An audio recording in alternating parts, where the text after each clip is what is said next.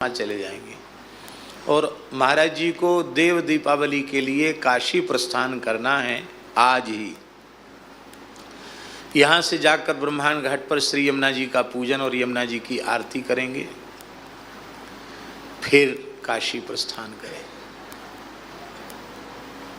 तो इतनी व्यस्तता में पूज्य श्री रमन रेती वाले महाराज जी कृपा करके पधारे और अपना भाव पूरित वक्तव्य, अपना मंगलमय आशीर्वाद हम सबको उन्होंने प्रदान किया। और कितनी ऊंची बात बताई। बोले माता ने न सिखाया होता कि ये भगवान है, इनको प्रणाम करो, तो हमें क्या पता था। तो भगवान का भी बोध सबसे पहले माँ ने ही कराया। और माताएं कहती हैं ठाकुर जी को प्रणाम करो, संतों को प्रणाम करो, ये पिताजी हैं इनको प्रणाम करो। तो वस्तुतः प्रथम गुरु माता ही है। और इसलिए माता का भी गुरु रूप में बंधन है और गुरु का तो गुरु रूप में बंधन है ही। दूसरी बात महाराज जी ने कही, आप सबने सुनाई कि यमुना जी ने अपने सौभाग्य चिन्हों का परित्याग नहीं किया था। अपनी भाषा में बोले तो खूब छंगन मगन सजज के तैयार हैं। और श्री कृष्ण की 16,000 रानियां वो सब व्याकुल थी, वो सब एकदम श्री कृष्ण विरह में कर्षिता थी। तो उन्होंने कहा कृष्ण पत्ने ऊचुहु यथा वयम कृष्ण पत्न्यः तथा त्वमपि शोभने वयम विरह दुखार्ताः त्वन्न कालिंदी तद्वद। जैसे हम सब श्री कृष्ण की पत्नियां हैं, आप भी श्री कृष्ण की द्वारिकाधीश की चतुर्थ पट्टरानी हो। तो हम कृष्ण वियोग में इतनी हमारी दशा खराब हो रही है, वो आप को वियोग नहीं है। तो श्री यमुना जी ने कहा बिल्कुल ठीक कहा। वियोग न होने का कारण ये है कि वस्तुतः श्री कृष्ण की प्राप्ति मुझे हो चुकी है। इसका मतलब हमको नहीं हुई क्या? बोले नहीं। आत्मा रामस्य कृष्णस्य ध्रुवमात्मास्ति राधिका तस्याह दास्य प्रभावेण बिरहोस्मान्न संस्पर्शेत। मैं राधा रानी की दासी बन गई हूँ, यमुना जी कह रही हैं। तो राधा रानी के दास्य की ऐसी महिमा है कि मुझे कृष्ण विरह का स्पर्श नहीं हो रहा है, क्योंकि श्री कृष्ण की आत्मा ही तो राधा रानी है। इसलिए श्री कृष्ण तत्व का बोध बिना श्री जी की कृपा के संभव नहीं है। इसलिए गुरु तत्व के रूप में भी श्री जी ही हैं। महाप्रभु श्री हितरवंश चंद्र जी के ऊपर तो अनुग्रह करके स्वयं श्री जी ने ही मंत्र प्रदान किया। यही बात है ना, मंत्रदात्री च राधा हैं, राधे वेष्टम। राधा रानी ही इष्ट हैं, राधा रानी ही मंत्रदात्री आचार्य गुरु हैं। तो बहुत सुंदर भाव महाराज जी ने कहा। और अभी ब्रह्म सूत्र की जो व्याख्या पूज्य स्वामी त्रिभुवन दास जी के द्वारा बड़े श्रम पूर्वक लिखी गई है, 10 उपनिषदों पर भी उन्होंने भाष्य लिख दिया है। और अब ये ब्रह्म सूत्र पूरा हो गया, इसके बाद भगवत गीता के ऊपर कलम उठाएंगे तो पूरा प्रस्थानित त्रयी पर उनका कार्य संपादित भगवत कृपा से हो जाएगा। स्वयं बहुत अच्छे विद्वान और अत्यंत विनम्र बालक जैसे स्वभाव के हैं। और सुदीर्घ काल तक ऋषिकेश में रह करके व्याकरण, न्याय और वेदांत उन्होंने जिज्ञासुओं को पढ़ाया है। तो जो पढ़ाते रहते हैं उनका विषय बहुत परिमार्जित हो जाता है। शरीर से बार बार रुग्ण हो जाते, दुर्बल शरीर तो है ही है, अवस्था भी अब हो रही है, वृद्धावस्था की ओर हैं। तो दास ने ही उनको निवेदन किया कि आप पढ़ाते तो है ही हैं, यदि वैष्णव सिद्धांत परक दशों उपनिषद और ब्रह्मसूत्र और गीता प्रस्थानत्रयी हो जाए तो आगे जिज्ञासुओं का बड़ा उपकार होगा। पढ़ने पढ़ाने की परंपरा धीरे धीरे शिथिल हो रही है, तो तनिक भी जिसका विषय प्रवेश होगा वो हिंदी व्याख्यान के माध्यम से और इसको ठीक से समझ लेगा। सबसे उत्तम बात महाराज जी ये है कि दाक्षिणात्य आचार्यों ने, विद्वानों ने एक स्वर से, एक मत से स्वामी त्रिभुवनदास जी के व्याख्यान की प्रशंसा की है। तो ये एक बड़ी प्रसन्नता की बात है कि जो अहिंदी भाषी क्षेत्र हैं उन लोगों ने भी उनके व्याख्यान को बहुत माना है और उनके सभी व्याख्यान चौखम भाषा प्रकाशित हैं। अभी तो केवल जल्दी जल्दी में एकादशी तिथि पर विमोचन होना था, तो इसलिए जल्दी जल्दी में एक दो प्रतियां आ गईं। अब जब अधिक मात्रा में आवेंगी, वैसे तो सबको तो चौखम भाषा उपलब्ध हो जाएंगी, लेकिन विशिष्ट महानुभावों को पूज्य श्री मिश्री जी गुरु जी, पूज्य श्री व्यासनंदन जी गुरु जी, पूज्य श्री नैयायिक जी गुरु जी, पूज्य श्री आचार्य चंद्र प्रकाश जी, सबको यथायोग्य पंडित श्री बटोही झा जी, रसिक माधवदास जी को तो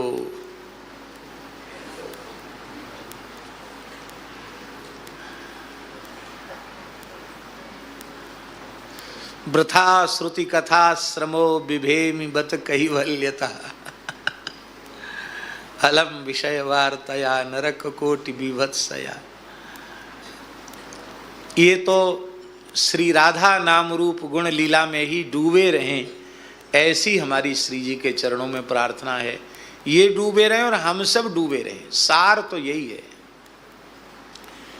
भगवान नाम रूप लीला में हम सबका चित्त डूब जाए। शास्त्र का प्रयोजन भी यही है। और क्या प्रयोजन है शास्त्र का? हम तो क्या कहें, अपनी सच्ची बात हृदय की बोलते हैं। आज हम लोग बैठे थे वहाँ केली कुंज में, तो जब कीर्तन करने लग जाते हैं और उसमें भी राधा नाम कीर्तन, तो भूख प्यास और बिल्कुल फिर सब भूल जाता है, सब भूल जाता है। लेकिन बार बार महाराज जी को देख रहे थे कि उनकी मानसी का समय है। यद्यपि दास को भी आज खूब श्रम हो गया, वहाँ से आने के बाद फिर दूसरा कार्य था। श्री सुदामा कुटी में आज ध्वजा का कार्यक्रम था। श्री नाभा पीठ के आचार्य जी की आज्ञा थी, इसलिए ध्वजा में भी गए। आज तो एकादशी है, वैसे भी कुछ खाने पीने का काम तो है ही नहीं, और भगवान की दया से ज़्यादा फुर्सत भी नहीं मिली। दोनों ही बातें हैं। फिर स्नान करके समय हो गया था तो सीधे यहाँ उपस्थित हुए।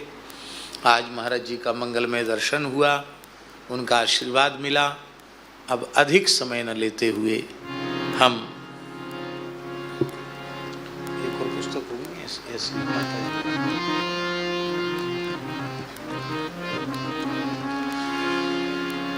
हमारे श्री अंबिका दास जी ने माता जी की जो छोटी पुस्तिका छपी है उसका संपादन किया है,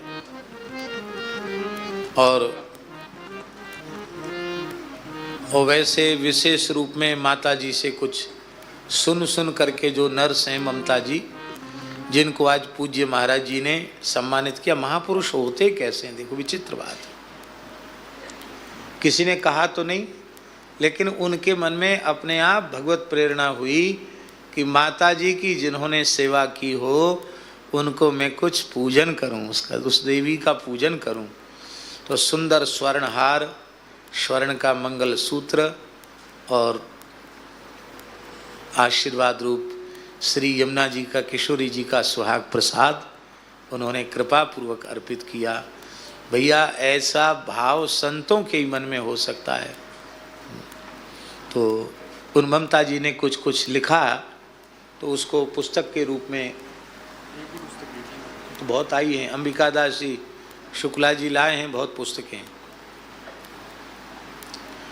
आप लेट हो गए, विमोचन हो गया, आपने हमको जो देखने के लिए दी थी उसी से पूज्य रमण रीति वाले महाराज जी ने विमोचन कर दिया। हमको तो केवल एक पुस्तक दे दो, बाकी सबको, सब गुरुजनों को और सबके हाथ में जहाँ तक हो वितरित कर दें। जो लोग, एक हमारे लिए ले लो।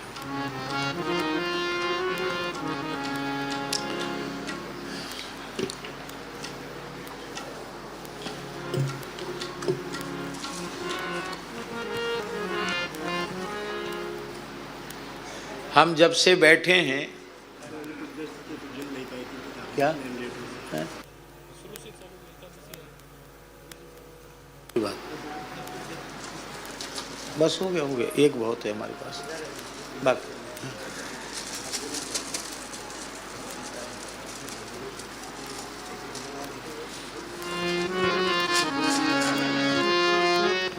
इनको संगीत वालों को दे दो।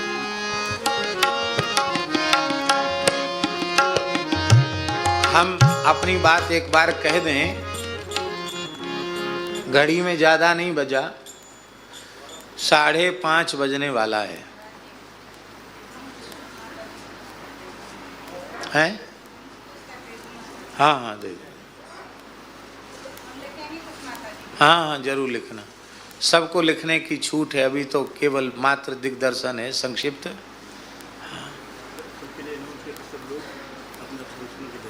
हैं? हाँ, हमारे श्री अंबिका दास जी कह रहे हैं, ये श्री मलुक पीठ के प्रकाशन विभाग के अध्यक्ष यही है, और पूज्य गुरुदेव भक्तमाली जी की सबसे बड़ी सेवा यही थी, ग्रंथ प्रकाशित करना। परम पूज्य बाबा श्री नवेली शरण जी महाराज का पूरा वरदहस्त श्री अंबिका दास शुक्ला जी के ऊपर था। आज भी उनका वरदहस्त है, उन्होंने इस मार्ग पर आपको चला दिया है कि लगातार कर रहे हैं। तो आपका आग्रह है कि संत हों या सदगृहस्थ भक्त हों, माता जी से जुड़ी हुई कोई विशेष स्मृति हो तो उसको लिखित रूप में कार्यालय में दे दें, तो आगे कोई छोटा संस्मरणात्मक ग्रंथ छपेगा तो उसमें काम आ जाएगा। 5:30 बजने वाला है और अभी कथा का मंगलाचरण भी नहीं हुआ, और कथा का समय 7 बजे तक का है। लेकिन हम जब मंगलाचरण करते हैं उस समय से समय को गिनते हैं, इसके पहले कितनी देर आके बैठ गए उसको अपनी गिनती में नहीं लेते हैं। जब मंगलाचरण करते हैं तब समय देखते हैं। इसलिए जिनको बहुत आवश्यक कार्य से जाना हो भगवत सेवा के निमित्त वो जा भी सकते हैं, लेकिन हम तो कम से कम 2 घंटा, इससे तो और ज़्यादा हो जाए तो कोई पता नहीं, लेकिन कम से कम 2 घंटा तो बोलेंगे। हरि ओम तत्सत। श्रीमते रामचंद्राय नमः। प्रहलाद नारद पराशर पुंडरीक व्यासांबरीश शुक सौनक भीष्मदाल्व्यान् रुक्मांगदार्जुन वसिष्ठ विभीषणादीन् पुण्यानिमान् परम भागवतान् नमामि। वाञ्छाकल्पतरुभ्यश्च कृपा सिन्धुभ्य एव च पतितानां पावनेभ्यो वैष्णवेभ्यो नमो नमः। श्री सीतानाथ समारंभां श्रीरामानन्दार्य मध्यमाम् अस्मदाचार्य पर्यन्तां वन्दे गुरुपरम्पराम्। नमो गोभ्यः श्रीमतीभ्यः सौरभेभ्यैव च नमो ब्रह्मसुताभ्यश्च पवित्राभ्यो नमो नमः। राधा करावचित पल्लव बल्लरी के राधा पदांक विल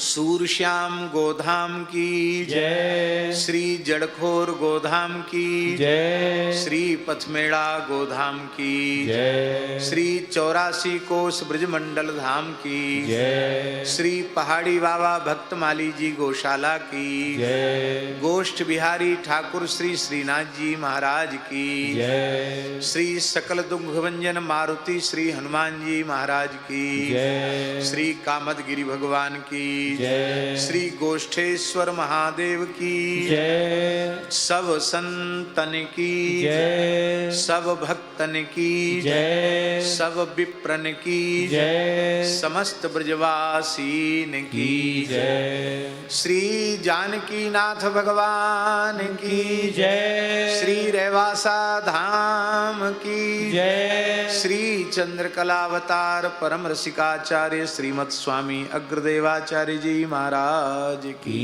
जय, सद्गुरुदेव श्री पहाड़ी बाबा जी महाराज की जय, सद्गुरुदेव श्री भक्तमाली जी महाराज की जय, श्री नित्य निकुंज प्रविष्टा पूज्या श्री माता जी की जय, जय जय श्री सीताराम जय जय श्री राधे श्याम हर हर महादेव निताई गौर हरि ओम।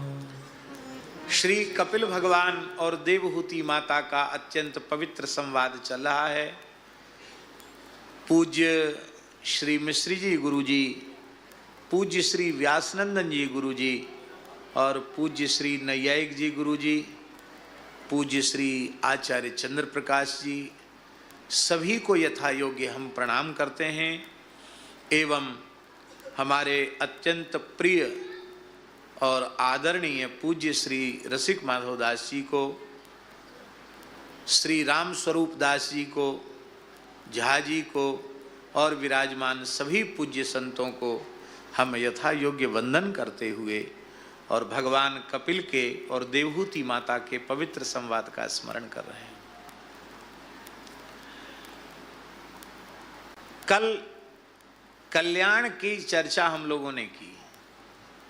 योग आध्यात्मिक पुंसाम मतो निश्रेयसाय में अत्यंतोपरतिर्यत्र दुःखस्य च सुखस्य च।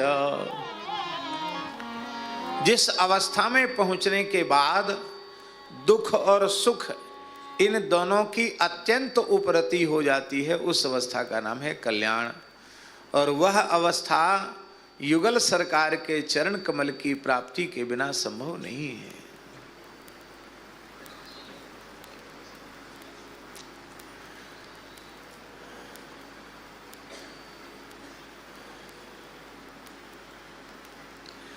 अनेक संतों के जीवन में ये देखा कि शरीर के प्रारब्ध के अनुरूप शरीर तो कष्ट सहता है, लेकिन उनकी चित्तवृत्ति श्रीजी में लगी रहने के कारण जैसी पीड़ा देहाध्यास वालों को होती है, ऐसी पीड़ा महत्पुरुषों को नहीं होती।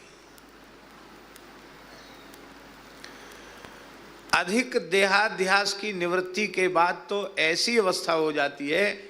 गुरुजी एक महात्मा के संबंध में सुनने में आता है, श्री शरीर बाबा बड़े उच्च कोटि के महात्मा थे। तो अवधूत परमहंस श्रोमणी दत्तात्रेय जी की स्थिति उन्हें प्राप्त हो गई थी, ऋषभ देव जी की स्थिति प्राप्त हो गई थी। केवल नाम जप से ही देहाध्यास सर्वथा छूट गया था। शरीर मात्र परिग्रह था, इसलिए लोगों ने नाम धर दिया शरीर बाबा।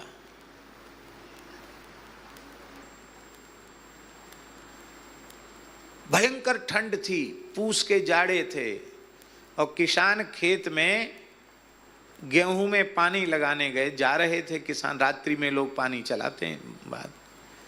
उन्होंने देखा बाबा इतनी ठंड में सिकुड़ करके ठंड लग जाएगी, तो उनके निकट आग जला दी और आग जलाकर किसान चले गए। सवेरे वहां से अपने खेत का काम करके सवेरे जब लौटे तो उन्होंने देखा बाबा के दोनों पैर आग में, और दोनों पैर महाराज जी जल गए। आपने सुनी ये बात? आपने ये बात सुनी है? शरीर बाबा की समाधि छतरपुर में है। शरीर बाबा का दर्शन किया? हाँ। तो महाराज जी उनकी समाधि का हमने दर्शन किया है। तो दोनों पैर जलकर खाक हो गए, हड्डी तक जल गई, और उनके पैर उसी अवस्था में।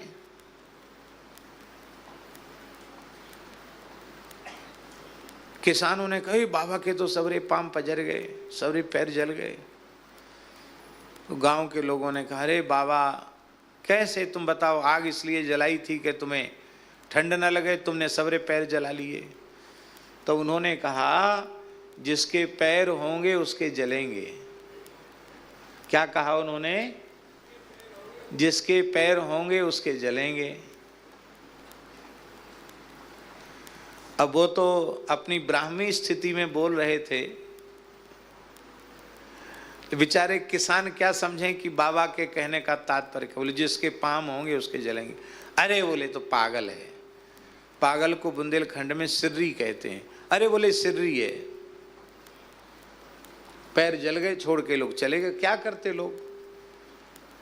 5-7 दिन में फिर खेत में पानी लगाने के लिए आए तो बाबा जंगल में दौड़ रहे थे।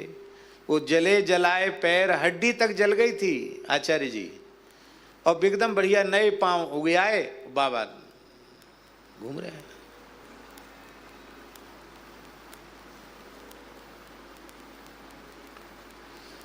छतरपुर के राजा थे, उनकी बड़ी भावना थी कि बाबा कभी हमारे महल में आ जाएं, और बाबा तो परमहंस थे। ऐसी एक बार उसकी भावना को अंतर्यामी रूप से जानकर वहाँ चले गए। वो महल में, राजाओं का जमाना था, महल में महाराज आओ बाबा आओ आओ, बड़ा स्वागत हुआ। तो बड़ी सुंदर सिंहासन खाली था, महाराज इस पर विराजो, नहीं बैठे उस पर, नीचे गलीचा बिठा था उसी पर बैठ गए, और ऐसे बैठ गए जैसे कोई मलत्याग की मुद्रा में बैठता है। मलत्याग करने कैसे बैठते हैं? उकड़ू होके ऐसे बैठ गए, और बैठे नहीं गए, वहीं लीला भी कर दी, मलमूत्र वहीं कर दिया। राजा के महल में राज परिवार है, राजा रानी सब, वहीं मलमूत्र कर दिया।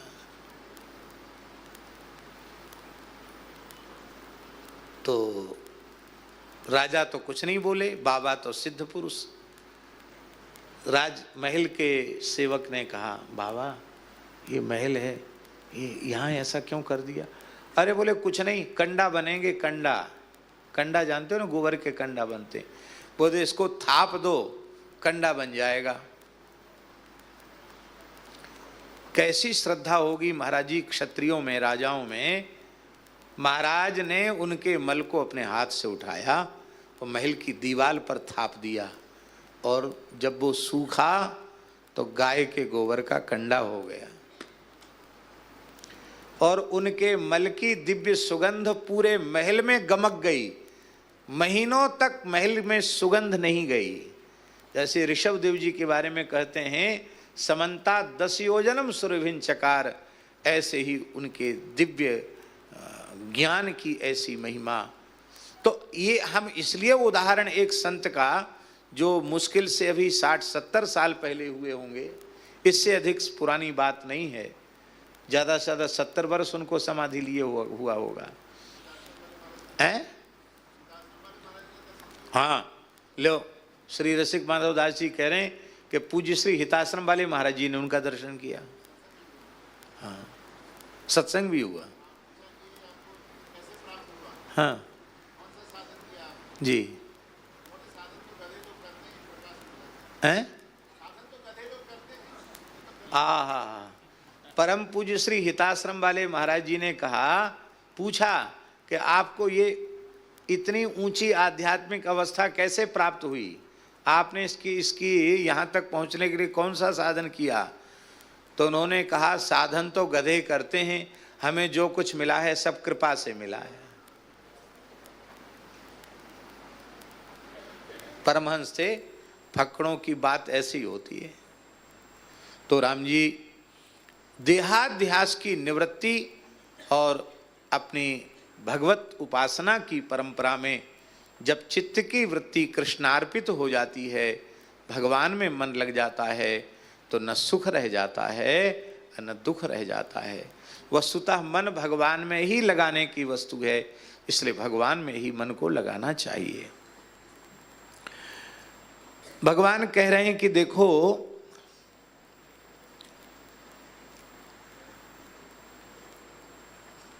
ये जो दिव्य ज्ञानोपदेश मैं तुम्हें करने जा रहा हूं, इसको मैं पहले भी उपदेश दे चुका हूं। भगवान कपिल कह रहे हैं पूर्व काल में मैं इसका उपदेश कर चुका हूं। तब प्रश्न उठा किसको कर चुके हो? तो कहते नारद सनकादिक ऋषियों को मैं इसका उपदेश कर चुका हूं, किंतु वह कालक्रम से विलुप्त हो रहा है, इसलिए तुमको माध्यम बना करके उस सांख्य तत्व का, भक्ति से युक्त सांख्य का जो तत्व है, सांख्योपदेश है। महाराज जी इसमें बहुत अंतर है। गुरु जी जो पृथक सांख्य शास्त्र के रूप में जो शास्त्र प्रसिद्ध है, उसमें भक्ति की बात नहीं है, प्रेम की बात नहीं है, लेकिन यहाँ जो सांख्य तत्व का विवेचन भगवान कपिल ने किया है, वो भगवान की रसरूपा प्रेम लक्षणा भक्ति से ओतप्रोत है, ये परम रसमय है। इसलिए इसके जैसा उपाख्यान और कोई दूसरा नहीं। ऋषियों को भले ही विशुद्ध ज्ञानमय सांख्य का उपदेश किया होगा, लेकिन माता देवहूति को तो भक्तिमय सांख्य का उपदेश भगवान कपिल ने किया है। कहा नारदादि ऋषियों को जो मैंने उपदेश दिया था, कालक्रम से वह लुप्त हो रहा है, इसलिए तुमको माध्यम बना करके मैं इसको निरूपित करूंगा।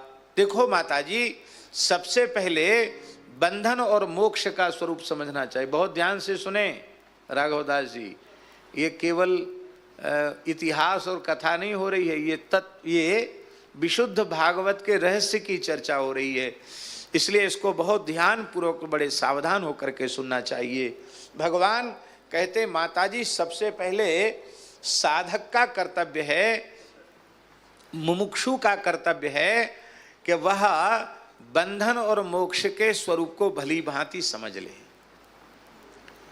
बंधन क्या है और मोक्ष क्या है? तो भगवान कह रहे हैं चेतः खल्वस्य बंधाय रतं वा पुंसि मुक्तये गुणेषु सक्तं बंधाय रतं वा पुंसि मुक्तये। हे माताजी, ये जीव के बंधन का कारण और इस जीव के मोक्ष का कारण यह मन ही है। मन शब्द से केवल मन को नहीं, अंतःकरण को, पूरे के पूरे अंतःकरण को लेना चाहिए। मन कहो, बुद्धि कहो, चित्त कहो, अहंकार कहो, मन के कहने से सबका ग्रहण हो जाता है। मन एव मनुष्याणाम कारणम बंध मोक्षयोः।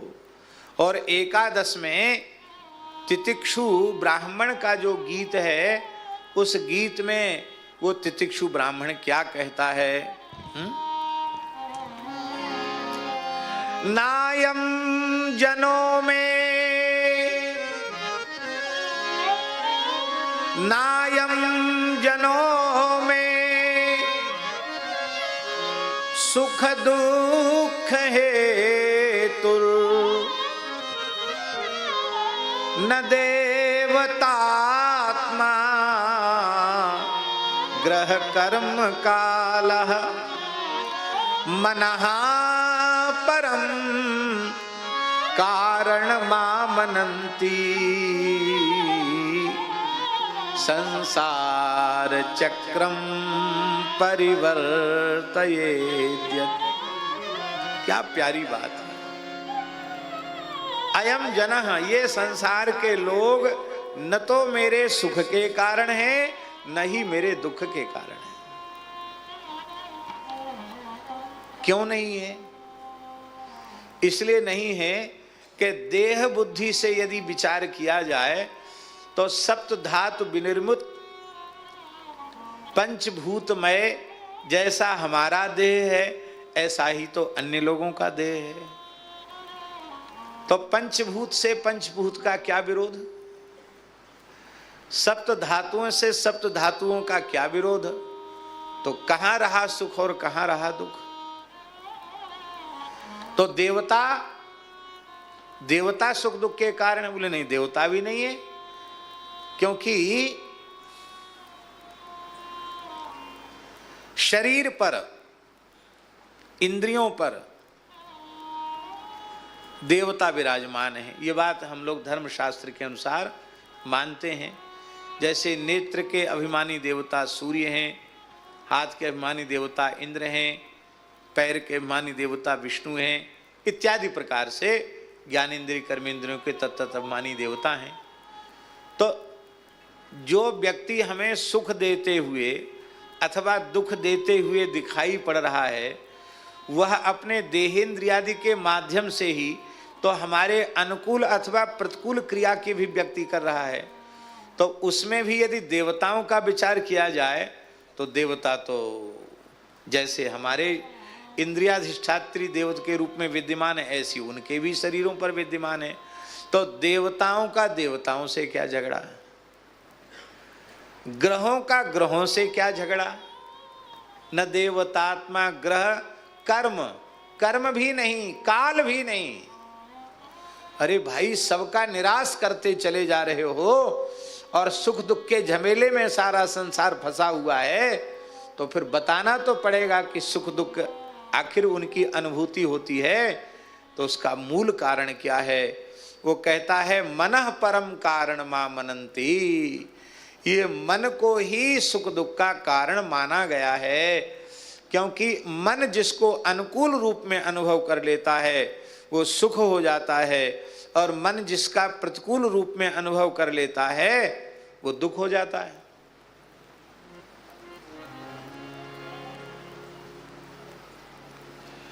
और ऐसी अवस्था मन की हो जाए, रह्यो नाहिन ठोर मन में, रह्यो नाहिन ठोर।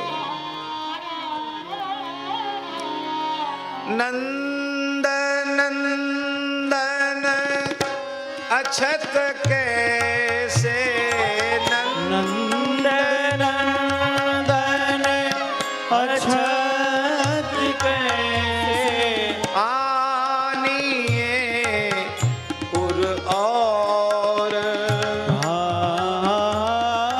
आनिए उर और, नाहिन रह्यो मन में ठोर, नाहिन रह्यो मन में ठोर।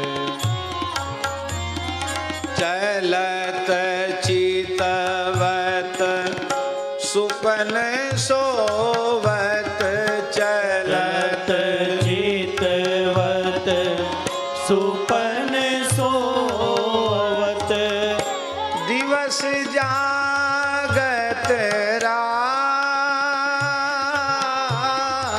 दिवस जागत रात, चित्त ते वह मधुर मूरति, चित्ते वह मधुर मूरति, छीन नाइत उत जात, हाँ छीन नाइत उत जात,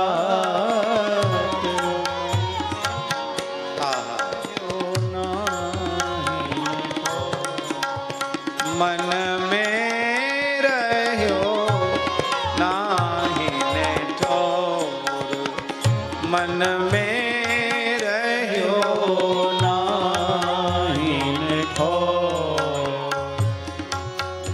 प्रेमियों का मन शरीर संसार में कहीं रमता नहीं है। जो अपना है ही नहीं महाराज जी, वीराना है, उसमें मन लगाने से लाभ क्या है?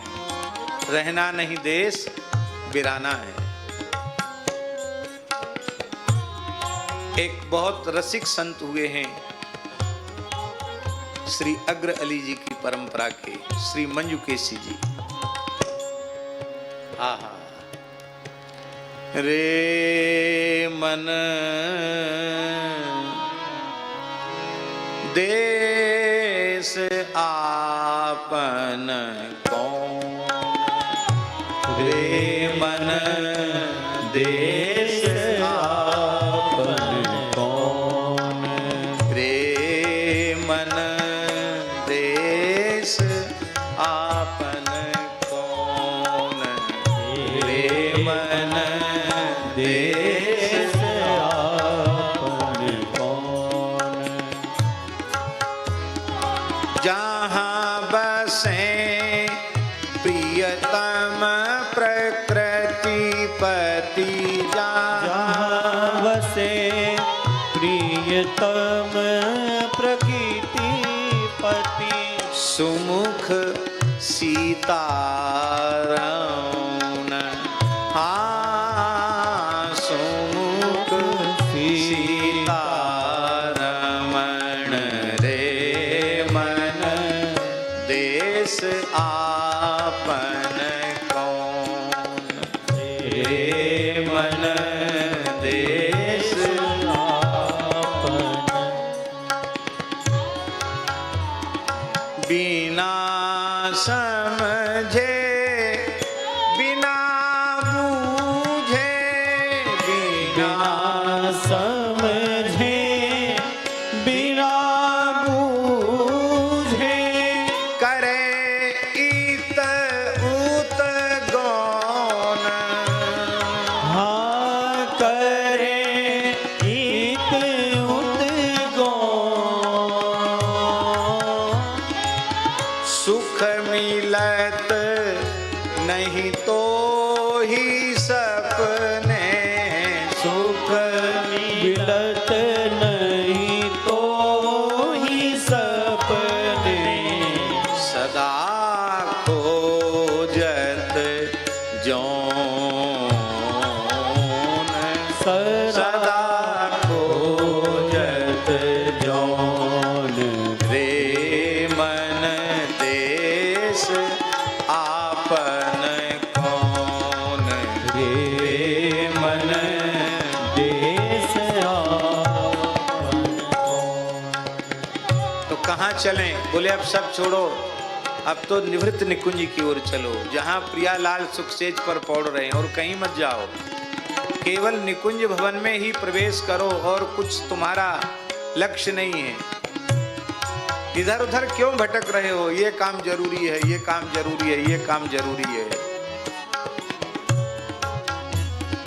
अजहूँ सूझत नाही तोहे कछु, अजहूँ सूझत नाहि तोहि कछु, करत आयु ही हौन, करत आयु ही हौन।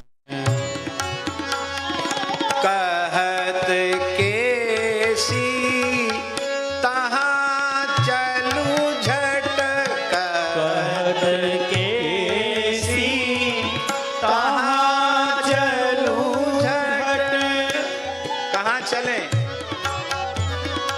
कहती केसी तहाँ चलू झट, कहत केसी तहाँ चलू झट, जहाँ अविचल भौन, महल में चलो, जहाँ अविचल भौन, रे मन देश आपन कौन, रे मन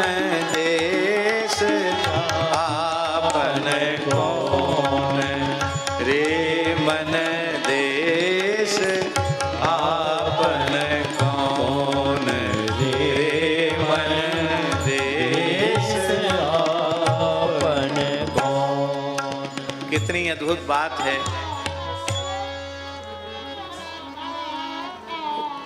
इस वाली कुर्सी पर ज्यादा आराम रहता ना।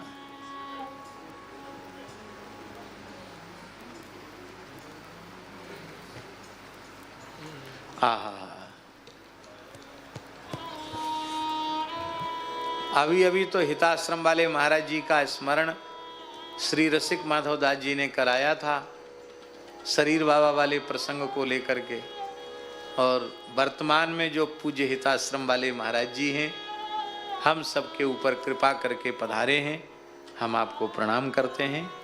श्री राधा वल्लभ लाल की जय, श्री हित ललित लाडली लाल की जय, श्री रसिक पद रेणु परम भागवत परम पूज्य श्री हिताश्रम वाले बड़े महाराज जी की जय। पूज्य श्री महंत जी महाराज की जय, जय जय श्री राधे।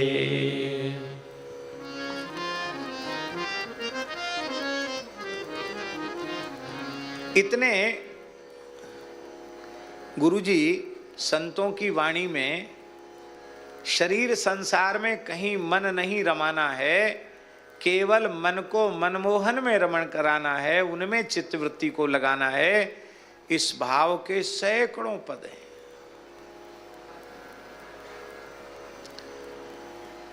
भगवान कह रहे हैं बंधन और मोक्ष का कारण यह मन ही है, अंतःकरण ही है। जब यह गुणों में आसक्त हो जाता है तो उस अवस्था का नाम है बंधन।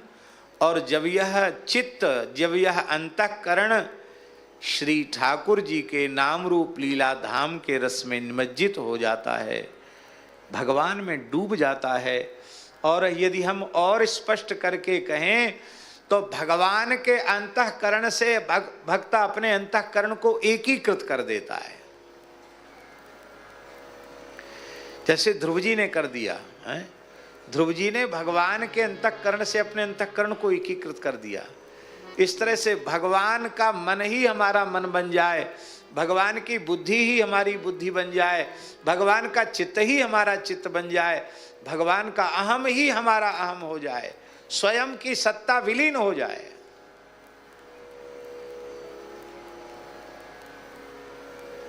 कितनी ऊंची बात है। और हमारे यहां संतों से, गुरुजनों से सुनी है, व्यवहार में किसी को रसिक कह देने से या रसिक शिरोमणि कह देने से न कोई रसिक होता है न रसिक शिरोमणि होता है। होता है क्या? हम लोग संतों के प्रति आदर भाव देने के लिए बात कहते हैं, कहनी चाहिए, कोई अनुचित नहीं है। लेकिन यथार्थ में रसिक भक्त है कौन?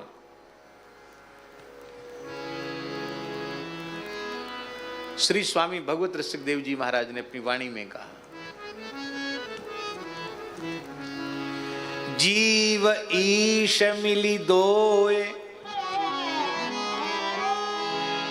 जीव ईश मिली दोए, नाम रूप सब परिहरे, रसिक कहावे सोए, ज्यों जल घोरे सल करा।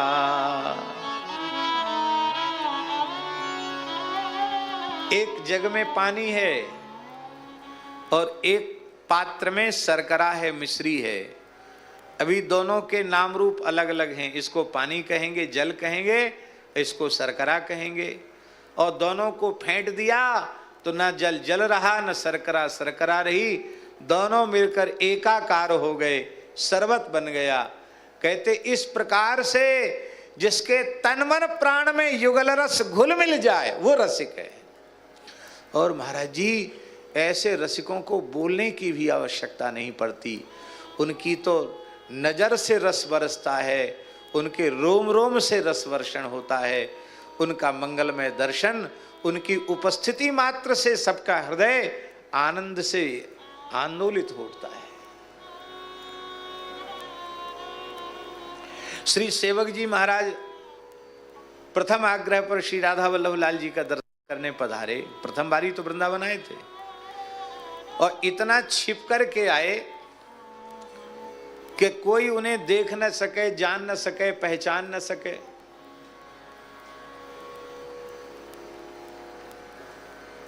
गूढ़ भाव से आए। क्यों आए? क्योंकि श्री बंचन जी महाराज ने कहा था, ऐसे परम रसिक महापुरुष पर तो हम श्री जी का सारा भंडार ही बधाई में लुटा देंगे। और ये बोले, सेवा तो कुछ बनी नहीं, श्री जी का भंडार और लुटा देंगे, हो गया काम। तो भीड़ में आए।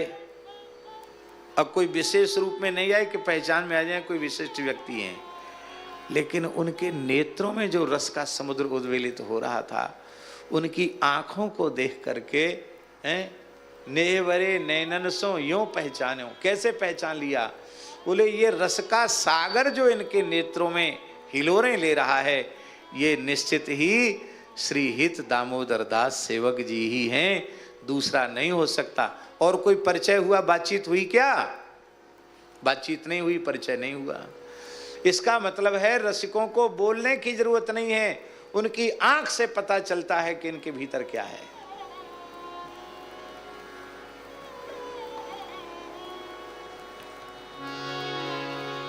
अब प्रश्न उठा कि जब चित्त का विषयासक्त होना बंधन है और भगवान के गुणों में अनुरक्त होना मोक्ष है, तो चित्त को भगवान में लगाता जीव क्यों नहीं है?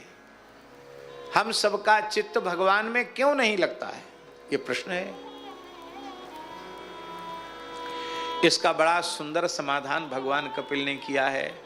देखिए महाराज जी, चित्त है अशुद्ध, चित्त है अशुद्ध और भगवान है विशुद्ध। तो विशुद्ध भगवान में, विशुद्ध माने गुणातीत, माया और माया के कार्यों से सर्वथा विमुक्त भगवान, गुणातीत भगवान, भगवान परम विशुद्ध हैं, शुद्ध सच्चिदानंद घन हैं, उनमें भला यह अशुद्ध चित्त कैसे लगेगा?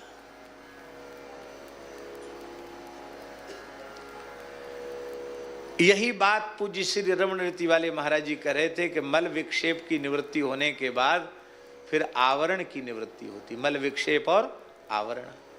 मल की निवृत्ति कैसे होगी, आक्षेप की निवृत्ति कैसे होगी, अब फिर तो उसमें उन्होंने सेवा की बात भी कही।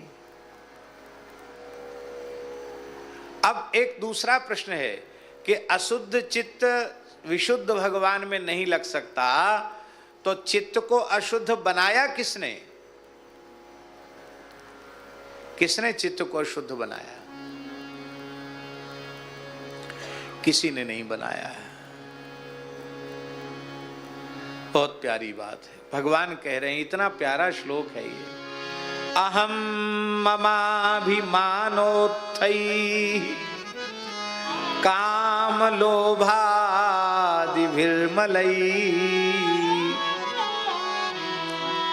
वीतम यदा मनः शुद्धमदुःखम् असुखं समम्। चित्त की अंतःकरण की अशुद्धि का मूल है मैं और मेरेपन का अहंकार। ये मैं और मेरेपन के अहंकार से ही चित्त अशुद्ध हुआ है। काम, लोभ आदि जितने षड विकार हैं, वे सारे समस्त विकार अहम और मम से ही पैदा हुए। इसलिए बीतम यदा मनः शुद्धम, बीतम माने रहितम, जब इस अहम और मम के दोष से अंतःकरण शून्य हो जाता है, विरहित हो जाता है, तब कल्याण की अवस्था प्राप्त हो जाती। अभी कल्याण की बात बताई थी ना, क्या? अत्यंतोपरतिर्यत्र दुःखस्य च सुखस्य च तदेव कल्याणम। और वही बात कह रहे हैं, अदुखम असुखम समम। जब अहम और मम से विमुक्त हो जाता है अंतःकरण, तब न दुख रह जाता है और न सुख रह जाता है। फिर तो सुख दुख से छूट करके समत्व की स्थिति में यह अंतःकरण आ जाता है। और गुरुजी, समत्व की अवस्था का ही है भगवान की निरंतर अनुभूति, समत्व की अवस्था। समत्व है क्या? सब में समान रूप से परमात्मा विद्यमान है, भगवद अतिरिक्त कुछ नहीं है, सर्वगत सर्वरूप सर्वमय परमात्मा है। इस बात का दृढ़ विश्वास होना, इसका अनुभव होने लग जाना, यही है सम अवस्था। कि उस समय भेद दृष्टि फिर नहीं रह जाती है, भेद दृष्टि समाप्त हो जाती है, सुख दुख से छूट करके सम अवस्था में आ जाता है। अब चाहे ज्ञान के मार्ग का आश्रय लेकर के अहम और मम से आप शून्य हो जाइए, अथवा भगवत प्रेम, भगवत शरणागति, भगवत भक्ति, वैष्णवता, इसका आश्रय लेकर के इन विकारों के बीज को निर्मूल कर दीजिए। मैं और मेरेपन के अभिमान के बीज को नष्ट कर दीजिए। हम पहले चर्चा कर चुके हैं कि अष्टधा प्रकृति में क्रमशः सूक्ष्मता है। अष्टधा प्रकृति है ना गीता में, भूमि रापो नलो वायु खम मनो बुद्धिरेव च अहंकार इति यम्मे भिन्ना प्रकृति अष्टधा।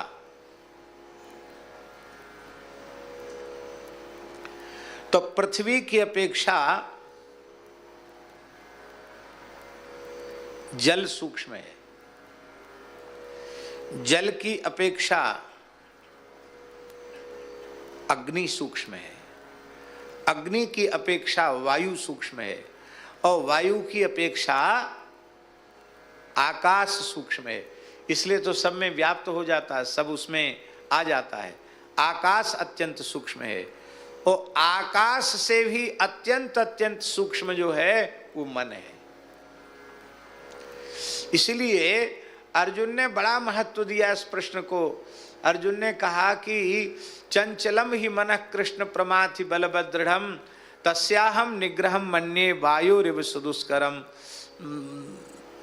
अर्जुन भगवान से कह रहे हैं कि भगवान ये मन बड़ा चंचल है, प्रमाथि मथ देने वाला है, और बड़ा मजबूत है, किसी प्रकार से ये बस में होता नहीं है।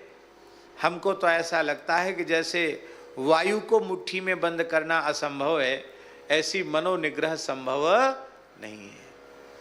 अर्जुन ने तो बहुत सजा धजा के प्रश्न किया, पर भगवान ने इस प्रश्न को बहुत ज़्यादा महत्व नहीं दिया।